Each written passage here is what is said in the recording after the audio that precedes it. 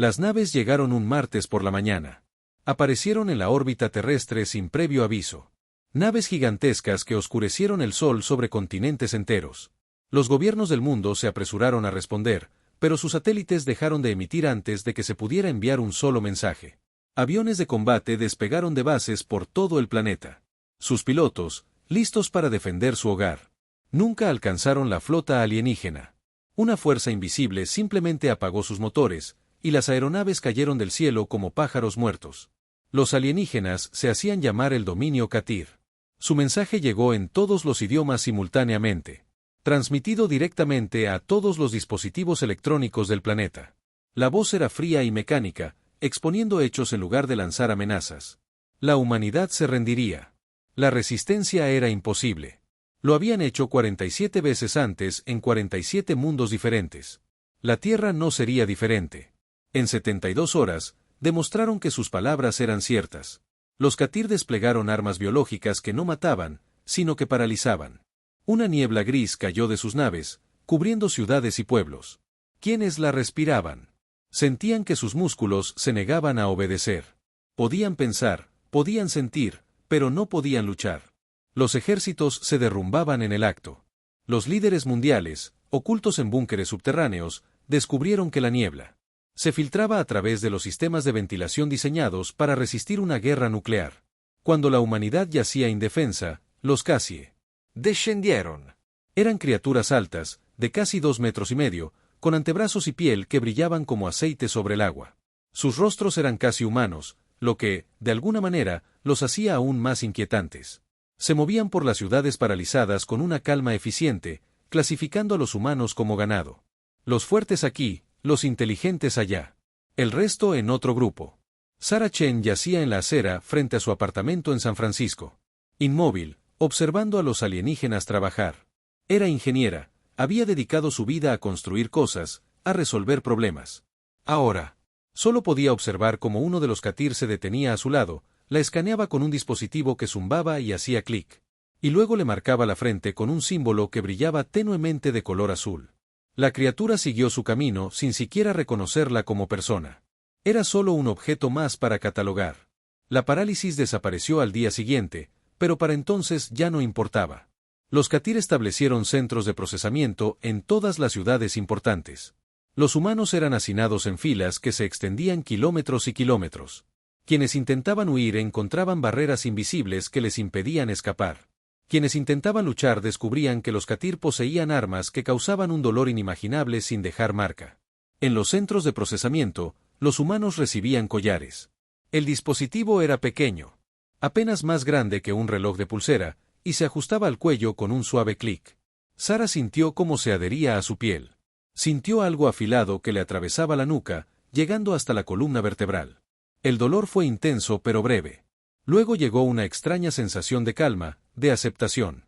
La ira que sentía. El deseo de luchar de repente pareció lejano e insignificante. Los Katir explicaron los collares en términos sencillos. Suprimían la agresión. Imponían obediencia. Cualquier intento de dañar a un Katir resultaría en un dolor inmediato y abrumador. Cualquier negativa a seguir órdenes tendría el mismo efecto. Los collares no podían quitarse sin matar a quien los portara. Esto era por el bien de la humanidad, dijeron. La resistencia solo conducía al sufrimiento. En una semana, miles de millones de humanos llevaban collares. La selección continuó. Sarah se encontró a bordo de una nave de transporte junto con miles de personas que portaban la misma marca azul. Eran los ingenieros, los científicos, los constructores. Los Katir necesitaban trabajadores técnicos para su imperio. Mientras la nave despegaba, Sarah vislumbró algo por una ventana. Otras naves también partían de la Tierra, llevando diferentes grupos a diferentes destinos. Los más fuertes irían a colonias mineras. El resto trabajaría en mundos agrícolas, cultivando alimentos para un imperio que se extendía por toda la galaxia. La Tierra se convirtió en un centro de procesamiento, una granja para cosechar humanos. Los Casie dejaron una guarnición para administrar el planeta y preparar a la siguiente generación para la coloración. Ya lo habían hecho. Muchas veces. Sabían cómo doblegar a una especie, cómo transformar a personas libres en trabajadores obedientes. Siempre. Llevaba 1 o 2 generaciones, pero finalmente las especies conquistadas olvidaban que alguna vez habían sido libres. Pero algo era diferente en los humanos, aunque los casi aún no lo notaban. En los campos de trabajo de mundos distantes, ocurrían pequeños actos de rebeldía. Un trabajador humano dañaba accidentalmente una pieza de equipo, siempre de una manera que parecía un error genuino. Un científico introducía pequeños fallos en los diseños. Fallos tan sutiles que no se descubrían hasta que el dispositivo fallaba meses después. Estos incidentes eran lo suficientemente raros como para que los CASIE los descartaran como ruido estadístico. La tasa de error esperada de cualquier gran fuerza laboral en la Tierra, en lugares donde los CASIE no estaban. Otros para vigilar. Pequeños grupos de humanos sobrevivieron sin collares. Se escondieron en minas abandonadas en instalaciones submarinas profundas, en las zonas radiactivas que quedaron de antiguas guerras. Estos lugares no tenían valor para los Katir, así que los ignoraron. Los supervivientes eran pocos, dispersos y débiles. No representaban ninguna amenaza. Los Katir habían conquistado la Tierra. Su victoria era completa y absoluta. Lo habían hecho todo bien, siguiendo los mismos procedimientos que habían funcionado en otros 47 mundos. No tenían forma de saber que la humanidad sería diferente, que la misma naturaleza que había permitido a los humanos sobrevivir a eras glaciales y plagas, que los había impulsado a explorar, construir y nunca rendirse, seguía allí, bajo los collares, esperando, fortaleciéndose en la oscuridad. Los Katir habían entrado victoriosos, pero la guerra no había hecho más que empezar. El 5º año de la ocupación trajo el momento en que todo cambió. Sara estaba de pie en su puesto de trabajo en la designación 7, ensamblando circuitos de navegación como lo había hecho miles de veces antes. El collar se ajustaba cómodamente a su cuello, su presencia era tan familiar que apenas lo notaba. Pero su mente nunca había dejado de funcionar, nunca había dejado de esperar la señal que el remanente enviaría. Un supervisor casi entró en las instalaciones, flanqueado por guardias. Con un gesto, señaló a un grupo de trabajadores humanos. U-12, nueva misión, síganme. Sara estaba entre los seleccionados. Los subieron a una nave de transporte y los llevaron a una sección diferente del planeta, una que nunca había visto. El edificio al que entraron era más pequeño que la fábrica, más limpio. Tenía ventanas, algo raro en las instalaciones CASIE. A través del cristal, Sara pudo ver a niños humanos jugando en un patio cercado. Su corazón, condicionado por 5 años de calma inducida por el collar, comenzó a latir con fuerza. El dispositivo de traducción del supervisor cobró vida con un crujido. Esta estructura alberga a los hijos de los trabajadores. Se ha vuelto ineficiente. Vamos a reutilizar el lugar. Ustedes la desmantelarán. Sara sintió un escalofrío en el estómago. ¿Y los niños? Irrelevante. Serán procesados cuando tengan la edad suficiente. La estructura debe ser despejada ahora. Los demás trabajadores humanos permanecieron inmóviles, con rostros inexpresivos. El collar los hacía sumisos. Los obligaba a seguir órdenes. Sara sintió que su propio cuerpo comenzaba a moverse hacia el edificio. Sus manos buscaban las herramientas proporcionadas. El collar la obligaba a obedecer, pero sus pies se detuvieron. La cabeza del supervisor giró hacia ella. Se requiere obediencia. El collar de Sara se activó. Un dolor agudo recorrió su sistema nervioso. Una agonía abrasadora que debería haberla hecho caer de rodillas. El collar estaba diseñado para hacer imposible la desobediencia, para anular cualquier resistencia. Nunca antes había fallado. Las manos de Sara se cerraron en puños. Podía ver a los niños a través de la ventana. Podía oír sus risas. Algo en su mente, algo que el collar no podía tocar, se negaba a aceptar que esos niños se quedaran sin hogar. Que fueran procesados como piezas en una fábrica. El collar aumentó su potencia. La visión de Sara se nubló. La sangre le goteaba de la nariz. Cada nervio de su cuerpo le gritaba que obedeciera, que se sometiera, que hiciera que el dolor cesara. No, susurró. El supervisor se acercó, confundido. Esto no debería ser posible. Fallo explicado. Sara alzó la vista hacia la criatura y, por primera vez en 5 años, sintió verdadera ira. No la emoción distante que el collar le permitía, sino una rabia pura y ardiente. Son niños. La respuesta es no. El collar ardía. Con más intensidad. Sara cayó de rodillas, pero sus manos no alcanzaron las herramientas. Dentro de su cuello, podía sentir el dispositivo. Intentando frenéticamente imponerle obediencia, enviando señal tras señal a su sistema nervioso. Pero los sistemas nerviosos humanos habían evolucionado a lo largo de millones de años de supervivencia. Habían desarrollado la capacidad de soportar el dolor cuando la protección de la descendencia estaba en juego. El collar nunca se había topado con una especie donde el instinto protector parental fuera más fuerte que el miedo a la muerte. Algo dentro del dispositivo emitió un crujido seco. El dolor cesó. Sara jadeó, tocándose el cuello. El collar seguía ahí. Pero ella sentía que algo se había roto dentro.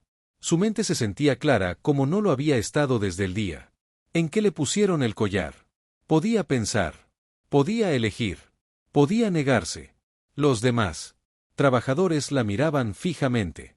El supervisor buscaba su arma. Pero antes de que nadie pudiera moverse, uno de los otros humanos, un hombre llamado James, que apenas había hablado en 5 años, dio un paso al frente. No, dijo simplemente. Su collar intentó detenerlo. Sara vio el dolor reflejarse en su rostro, lo vio forcejear, pero entonces su collar también se agrietó. El dispositivo, superado por la pura fuerza de voluntad humana, se quedó de pie. Fallo del sistema, declaró el supervisor, con voz insegura por primera vez. Todas las unidades volvieron a no, dijo otro trabajador. Luego otro. Entonces los 12 humanos lo decían, sentían como sus collares fallaban uno a uno, recordaban lo que se sentía al tomar sus propias decisiones. El supervisor levantó su arma, pero 12 humanos liberados se movieron como uno solo.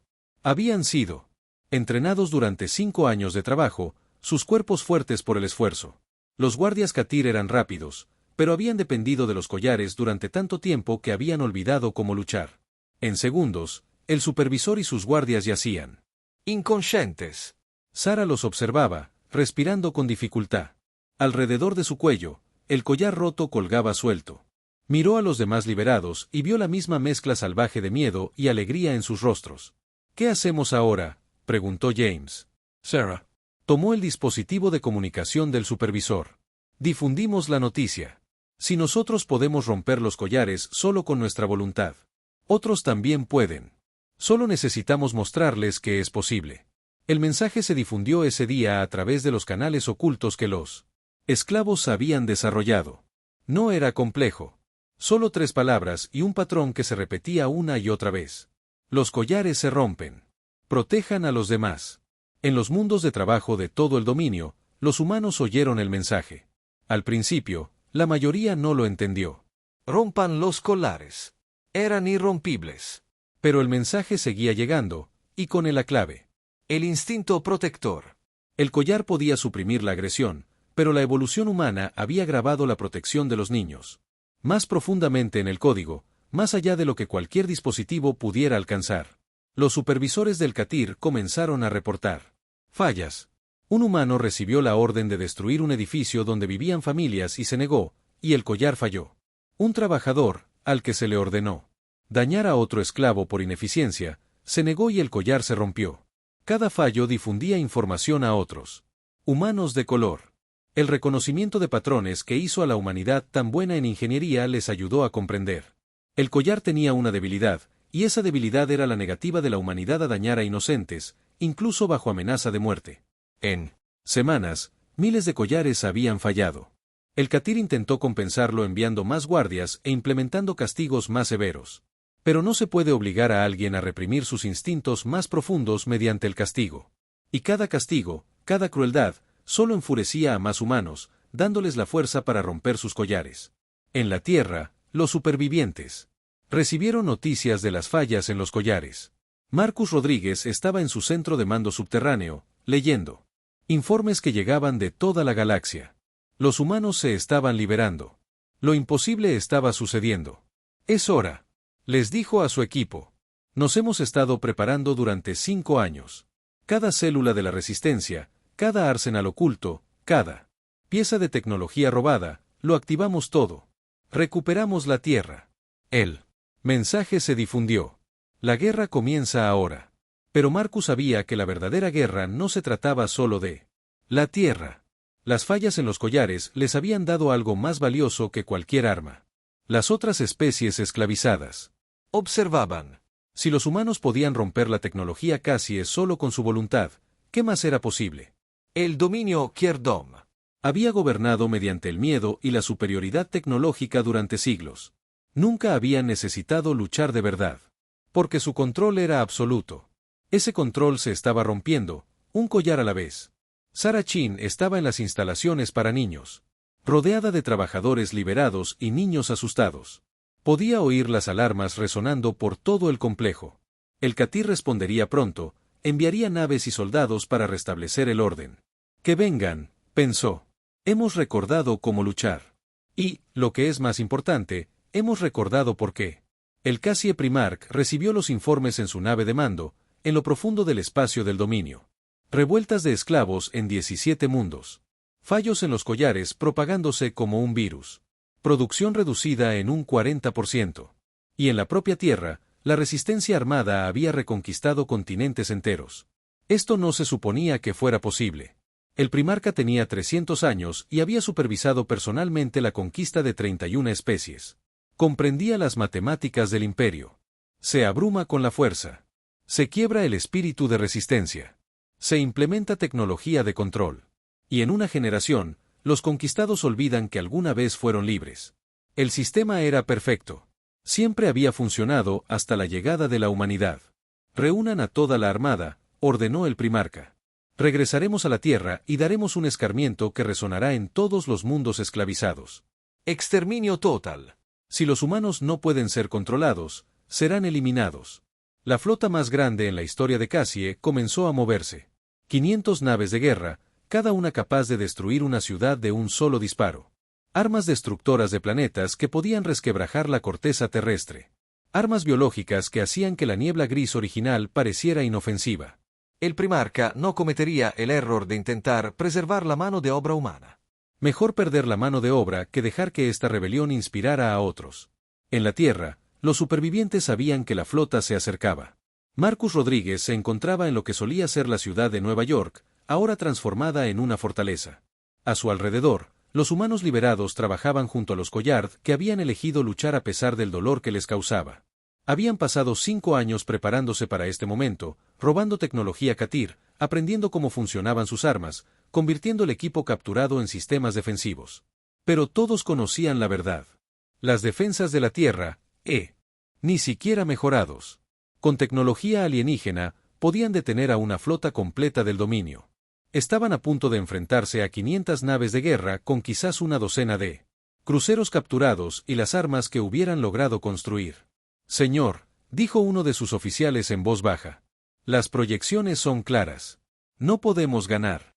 Marcus miró la pantalla holográfica que mostraba las posiciones enemigas. El oficial tenía razón. En términos convencionales, ya habían perdido. Pero los humanos nunca habían sido buenos para aceptar la sabiduría convencional. Envía la transmisión, dijo Marcus. Todo lo que hemos aprendido sobre los Katir, cada debilidad que hemos descubierto, cada información de la resistencia, transmítanlo en todas las frecuencias a todos los mundos esclavizados del dominio. Señor, eso les avisará a los Katir que estamos transmitiendo. Lo sé. Hágalo de todos modos. Ya no luchamos solo por la Tierra. La transmisión se realizó. En los campos de trabajo y fábricas de 47 especies conquistadas, los esclavos recibieron instrucciones detalladas sobre cómo sabotear, cómo resistir y cómo romper sus propios collares utilizando los métodos descubiertos por los humanos. Pero, sobre todo, aprendieron algo que lo cambió todo. Los Ktir no eran invencibles. Podían ser heridos. Podían ser derrotados. Y a lo largo de la galaxia, los esclavos comenzaron a rebelarse. En el planeta designado como 7, Sarah Chen lideró a 200 humanos liberados en la toma de las instalaciones técnicas. Mataron a los guardias, destruyeron el equipo de fabricación de collares y utilizaron la red de comunicaciones de las instalaciones para contactar con otros campos de trabajo. En cuestión de horas, todo el planeta se encontraba en abierta revuelta. En un mundo agrícola llamado Designación 22, una especie insectoide que había estado esclavizada durante 60 años escuchó la transmisión humana. Descubrieron que sus propios collares tenían la misma debilidad. Mataron a sus supervisores y quemaron las cosechas que alimentaban al ejército del dominio. En una colonia minera, una especie acuática desconocida para los humanos destruyó el equipo de excavación e inundó las minas. La cadena de suministro de los Katir, construida a lo largo de siglos, se derrumbó en cuestión de días. El primarca observaba los informes con creciente rabia y algo que nunca antes había sentido: miedo. El imperio se había construido sobre la base de la esclavitud. Sin ella, los mundos del dominio no podían alimentar a sus poblaciones. Las naves no podían repararse. No se podían fabricar nuevas armas. Y con cada hora, más especies se unían a la rebelión. Todas las naves a máxima velocidad hacia la Tierra, ordenó el Primarca. Acabemos con esto ahora. La flota llegó a la Tierra 3 meses después de que se rompiera el primer collar. Marcus se encontraba en las murallas de Nueva York, observando cómo el cielo se oscurecía mientras cientos de naves bloqueaban el sol. Este era el momento decisivo. La última resistencia de la humanidad. El bombardeo comenzó. Ataques orbitales cayeron sobre las posiciones defensivas. Las ciudades que los humanos acababan de recuperar ardieron. Las naves Katir capturadas contraatacaron, pero estaban en clara desventaja numérica. En la primera hora, la mitad de las fuerzas espaciales de la Tierra fueron destruidas. Pero la humanidad tenía una ventaja con la que el Primarca no había contado. No tenían nada que perder. En toda la Tierra, los humanos pusieron en marcha todos los planes desesperados que habían preparado. Misiles con ojivas construidas con tecnología robada. Ataques kamikaze pilotados por pilotos que estrellaban naves dañadas directamente contra las naves Katir. Equipos subterráneos que utilizaban los mismos túneles que los habían ocultado durante 5 años para introducir bombas de contrabando en las naves de desembarco Katir. Sara coordinó ataques desde la designación 7 utilizando las armas de las instalaciones incautadas para atacar las naves de suministro Katir que se dirigían a la Tierra. Cada nave que destruía era una menos que podía bombardear su planeta natal. Su equipo trabajaba sin descanso, sabiendo que si la Tierra caía, la rebelión colapsaría. La batalla se prolongó durante semanas. El Primarca se sentía cada vez más frustrado. Sí, la flota estaba ganando, pero el precio era enorme. Los humanos luchaban con una ferocidad que parecía una locura. Utilizaron tácticas que ninguna especie civilizada consideraría. Convirtieron sus propios cuerpos en armas cuando no les quedaba nada más. Y el Primarca comenzó a comprender algo aterrador. Los humanos no luchaban como si quisieran ganar. Luchaban como si no pudieran imaginar rendirse, incluso si eso significaba morir hasta el último. Entonces llegó el punto de inflexión. Un equipo de comandos humanos y esclavos liberados de una docena de especies logró infiltrarse en la nave insignia del Primarca. Lo habían sacrificado todo para llegar allí, utilizando un transporte capturado lleno de explosivos como ariete para abrir una brecha en el casco. La mayoría murió en el asalto, pero suficientes sobrevivieron para llegar al puente de mando. Marcus Rodríguez estaba entre ellos, con su armadura casi robada, chamuscada y dañada. Había sido maestro. Ahora estaba ante el Primarca, con un arma en las manos, rodeado de los esclavos liberados que habían aprendido la resistencia de la humanidad. «Querías darnos un escarmiento», dijo Marcus, con la voz cansada pero firme. «Deberías haber estudiado primero la historia de la humanidad. Llevamos miles de años creando ejemplos de tiranos». El Primarca observó al grupo harapiento que tenía delante. No eran soldados. Era un profesor, un ingeniero, un granjero de una de las otras especies conquistadas. Una docena más que no habían sido más que esclavos. Y aún así, habían logrado atravesar la nave más segura de la flota del dominio. «Mátame», dijo el Primarca. «No cambia nada.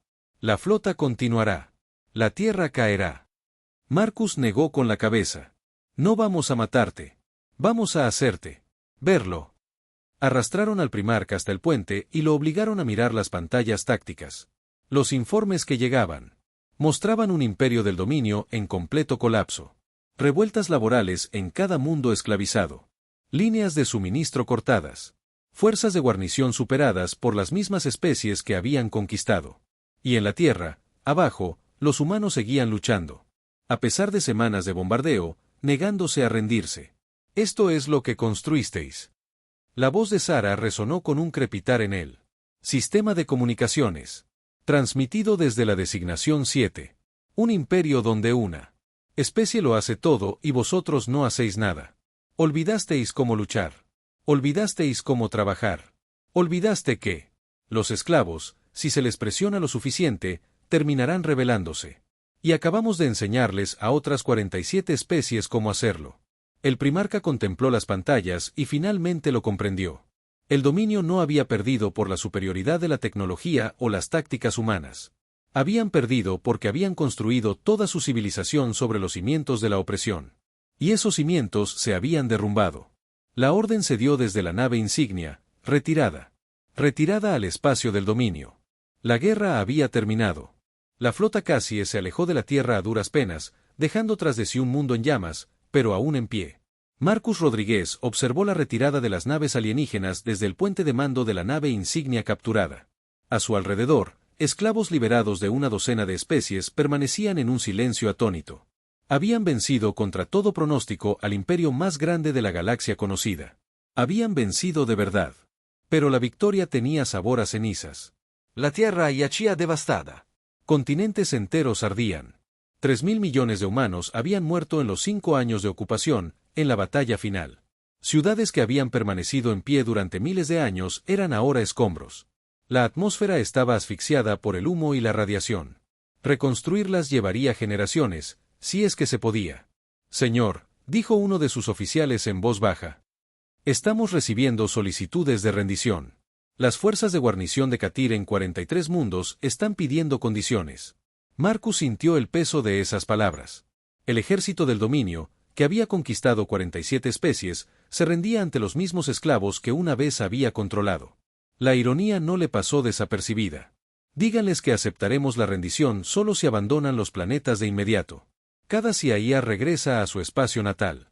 Toda la tecnología de collares es destruida. Todo ser esclavizado queda libre. Y si se niegan, Marcus miró la pantalla que mostraba docenas de especies liberadas alzándose por toda la galaxia. No lo harán. No pueden. Ya no tienen la fuerza laboral para luchar, y su propia gente ha olvidado cómo. Tenía razón. En pocas semanas, las fuerzas de Katir se retiraron de todos los mundos conquistados. La flota del Gran Dominio se dispersó, regresando a toda prisa a sus sistemas centrales para encontrar esos mundos sumidos en el caos. Siglos de dependencia del trabajo esclavo habían dejado a los Cassie incapaces de realizar funciones básicas. Su comida provenía de mundos agrícolas conquistados. Su tecnología se construía en fábricas conquistadas. Toda su infraestructura dependía de que otros hicieran el trabajo. Cuando los esclavos dejaron de trabajar, el dominio dejó de funcionar. Sarah Chen regresó a la Tierra 6 meses después de la batalla. Su transporte aterrizó en lo que solía ser San Francisco, la ciudad donde le habían colocado el collar 5 años atrás. Nada parecía igual. El puente Golden Gate había desaparecido, fundido por el fuego orbital. Las calles estaban llenas de escombros y refugios improvisados. Pero la gente estaba reconstruyendo. Humanos y alienígenas liberados trabajaban codo a codo, limpiando escombros, plantando cultivos en las ruinas, comenzando de nuevo. Las cicatrices del collar en el cuello de todos resaltaban ahora como insignias de honor. Habían sobrevivido. Encontró a Marcus en un búnker que servía como sede del gobierno provisional. Parecía mayor de lo que era, agotado por el peso de un liderazgo que nunca había pedido. Las otras especies quieren reunirse, le dijo. Las 47, más la humanidad. Quieren formar una especie de consejo, un nuevo orden galáctico, y buscan nuestra guía. Sarah se dejó caer pesadamente en la silla. Es una locura. Apenas sobrevivimos. No estamos capacitados para liderar a nadie. Eso mismo dije yo, pero insisten. Somos la especie que descubrió cómo romper los collares. Somos quienes coordinamos la resistencia. Creen que tenemos las respuestas. ¿De verdad? Marcus guardó silencio un largo rato. No lo sé, pero sé lo que pasa si no lo intentamos. El dominio Cassie está destruido, pero podría haber otros como ellos ahí fuera. Y acabamos de demostrar que un frente unido de especies liberadas puede hacer frente a los conquistadores. Quizá valga la pena construirlo. La primera Asamblea Galáctica se reunió en terreno neutral. Una estación espacial construida con tecnología Katir reutilizada. Representantes de 48 especies se reunieron en una cámara diseñada para iguales, no para amos y esclavos. El debate fue feroz. Algunas especies buscaban venganza, querían cazar a cada Katir y hacerlos pagar por siglos de esclavitud. Otras querían aislarse, esconderse y esperar que la galaxia las dejara en paz. Unas pocas abogaban por construir su propio imperio, por convertirse en la nueva potencia dominante. Sarah Chen se encontraba ante la asamblea cuando le llegó el turno de hablar. La cicatriz del collar en su cuello era visible para todos, un recordatorio de lo que había sufrido. Los Katir nos esclavizaron porque se creían superiores, comenzó. Creían que la conquista consistía en tener mejores armas y naves más grandes.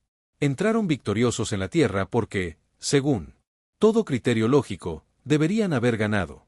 Tenían la tecnología. Tenían la experiencia.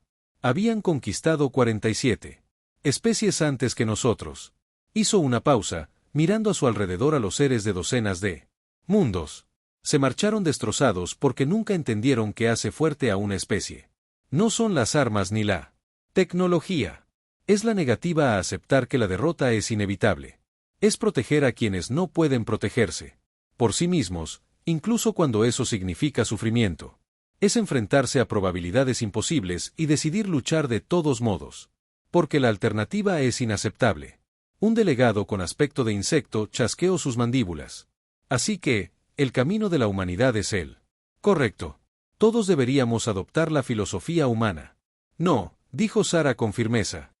Cada uno de ustedes tiene su propia cultura, su propia historia, sus propias fortalezas. No estamos aquí para crear otro imperio con la humanidad en la cima. Estamos aquí porque la galaxia acaba de aprender una dura lección. La tiranía se autodestruye tarde o temprano. Los Katir construyeron todo sobre mano de obra esclava. Y cuando esos esclavos se negaron a trabajar, toda su civilización se derrumbó en cuestión de meses. Señaló a los delegados reunidos. Ahora tenemos una opción. Podemos separarnos y esperar no volver a enfrentarnos a otro conquistador. O podemos construir algo nuevo. No un imperio, sino una alianza. Una promesa de que si alguno de nosotros volvía a sufrir opresión, los demás lo apoyaríamos. Que ninguna especie volvería a enfrentarse sola a la esclavitud. El debate se prolongó durante semanas. Hubo discusiones, abandonos de la sesión y momentos en que parecía que todo se derrumbaría. Pero poco a poco, se formó un consenso. Crearían la coalición de especies libres. Ninguna especie dominaría. Las decisiones se tomarían por consenso. Y lo más importante, mantendrían una fuerza de defensa dedicada a un solo propósito: garantizar que ninguna especie pudiera volver a construir un imperio basado en la esclavitud. Marcus estaba de pie en la plataforma de observación de la estación, mirando las estrellas. Un delegado de una especie acuática se acercó flotando a su lado con su traje de movilidad lleno de agua. ¿Crees que funcionará?, preguntó el alienígena, cuyo dispositivo de traducción convertía los sonidos del agua en palabras que Marcus pudiera entender. No lo sé, admitió Marcus. Los humanos tenemos un dicho: quienes no aprenden de la historia están condenados a repetirla. Acabamos de darle a la galaxia una lección muy cara sobre la tiranía. Si alguien lo aprendió realmente, tendremos que esperar y ver. Los Tyr siguen ahí fuera. Sus mundos de origen luchan por sobrevivir, pero lo hacen. Sé que una parte de mí quiere terminar lo que empezamos para darles caza, pero eso nos haría iguales a ellos.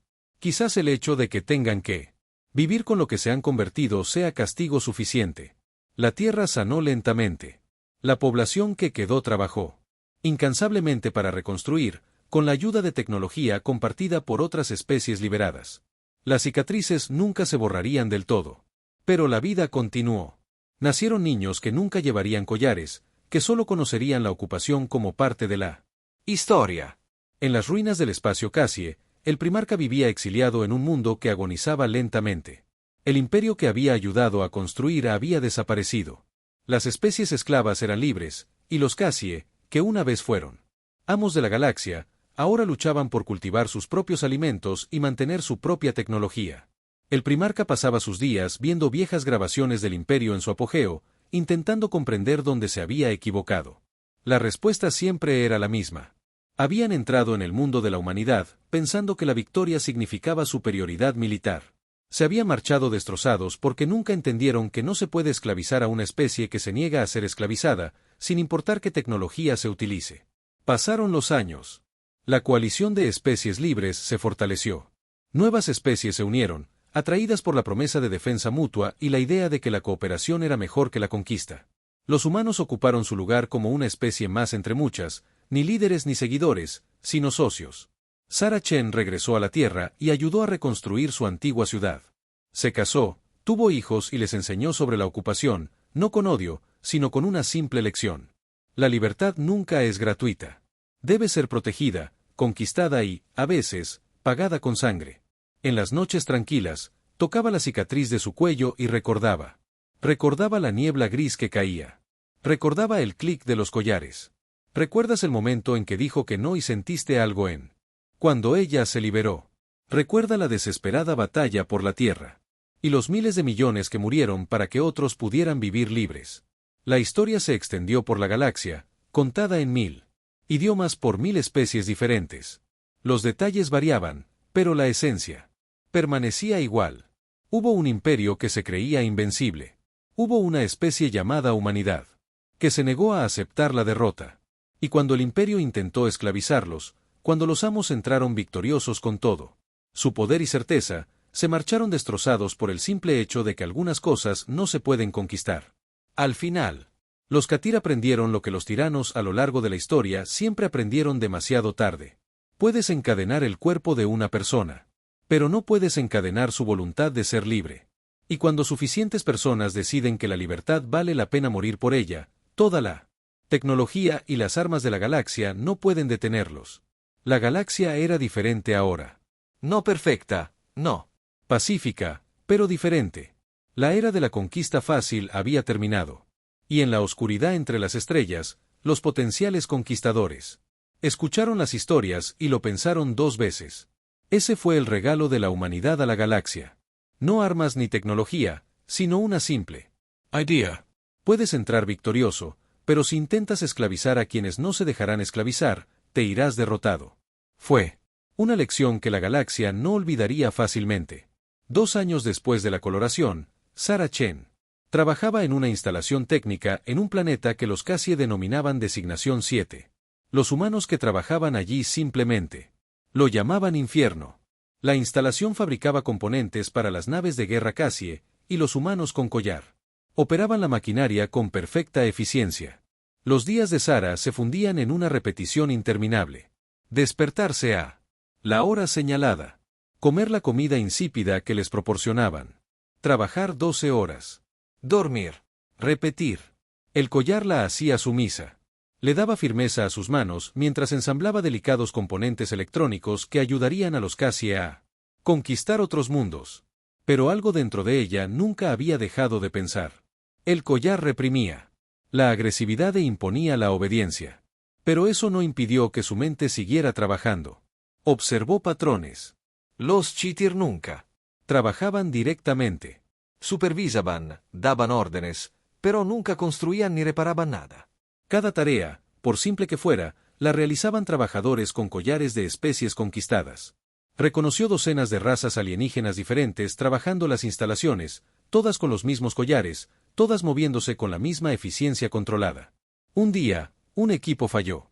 A Sarah le ordenaron repararlo junto a una criatura que parecía un cruce entre un oso y un insecto. El collar de la criatura traducía su habla a algo que Sarah podía entender, aunque la voz era plana e inexpresiva. Mientras trabajaban, la criatura tarareaba una extraña melodía. Sarah se sorprendió tarareándola también sin pensarlo. Los ojos compuestos de la criatura se fijaron en ella por un instante. Luego, dispuso deliberadamente sus herramientas en un patrón extraño antes de volver a recogerlas.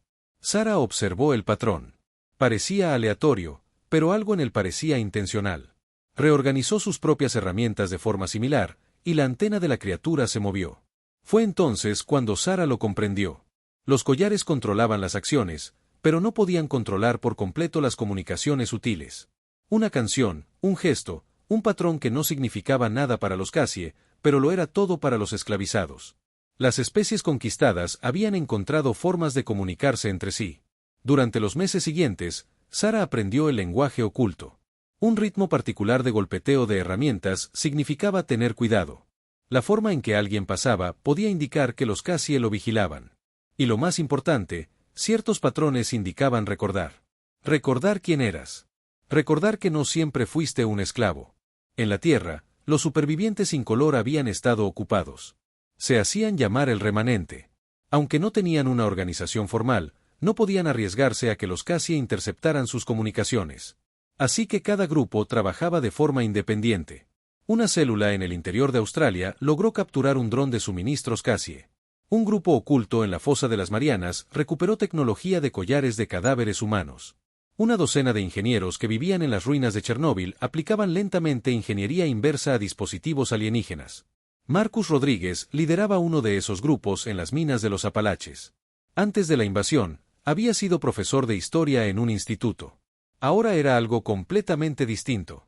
Su grupo contaba con 23 personas, entre ellas 12 soldados, un médico y una joven hacker que acampaba con su familia cuando cayó la niebla gris. Habían aprendido algo importante. Los Tyr habían conquistado 47 especies, pero nunca se habían enfrentado a una resistencia sostenida. Todas las especies con las que se topaban se rendían rápidamente o morían luchando de forma convencional. Ninguna se había refugiado bajo tierra ni había optado por una estrategia a largo plazo. Marcus estudiaba la historia de la humanidad con avidez. Leía sobre la resistencia francesa, sobre los combatientes vietnamitas, sobre todos los grupos que se habían enfrentado a una fuerza abrumadora y habían sobrevivido negándose a luchar con honor. Los Tyr tenían mejor tecnología, pero eran predecibles. Seguían patrones, y los patrones podían ser explotados. El mayor logro de su grupo fue descifrar el protocolo de comunicación del collar. El dispositivo enviaba constantemente datos a las redes Katyr, rastreando la ubicación y el estado del portador, pero la señal podía ser interceptada, decodificada y, lo más importante, falsificada. No podían quitar los collares, pero podían hacer creer a los sistemas de monitoreo Katyr que todo era normal mientras la persona con el collar actuaba de forma independiente durante breves periodos. Esta información debía llegar a otras células de la resistencia, y finalmente, a los miles de millones de humanos de color que trabajaban fuera del planeta. Pero, ¿cómo comunicarse a través de años luz cuando el enemigo controla toda la tecnología? La respuesta provino de una fuente inesperada, la cultura humana. Antes de la invasión, la humanidad había enviado mensajes al espacio durante décadas. Música, imágenes, fórmulas matemáticas, todo transmitido por ondas de radio. Los Katyr los habían ignorado como ruido primitivo. Nunca entendieron que los humanos se comunicaban tanto a través de historias y canciones como a través del habla directa. El remanente comenzó a emitir una canción. Era simple. Apenas una melodía con un ritmo constante.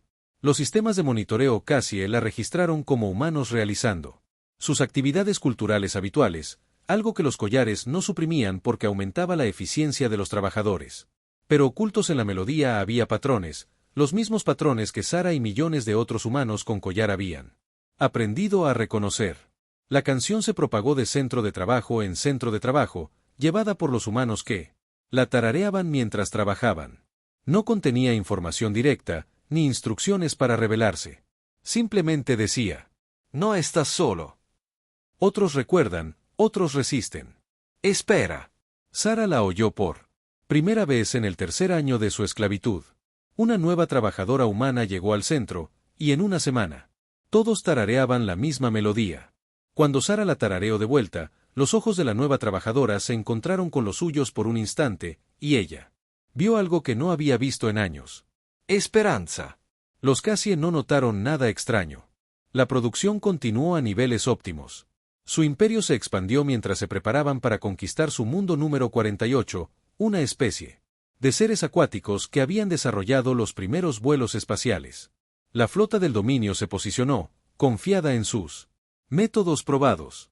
Ignoraban que en sus mundos de trabajo, en sus fábricas, granjas y minas, miles de millones de seres esclavizados tarareaban la misma canción. Ignoraban que se compartían patrones, que la información se propagaba a través de canales que no podían controlar porque nunca habían imaginado que los esclavos pudieran comunicarse sin su conocimiento. Los Cassie habían construido un imperio sobre el trabajo ajeno, y siempre les había funcionado. No podían concebir que la misma estructura que habían creado, que unía a las especies conquistadas a través de docenas de mundos, pudiera convertirse en la causa de su perdición. En la oscuridad de minas olvidadas y profundas fosas oceánicas, en las atestadas fábricas de planetas distantes, la humanidad esperaba, aprendía y se preparaba. El collar podía suprimir la agresión, pero no podía suprimir el rasgo fundamentalmente humano de la obstinada persistencia. Los humanos habían sobrevivido a glaciaciones, plagas y guerras. Sobrevivirían también a esto. La larga batalla había comenzado.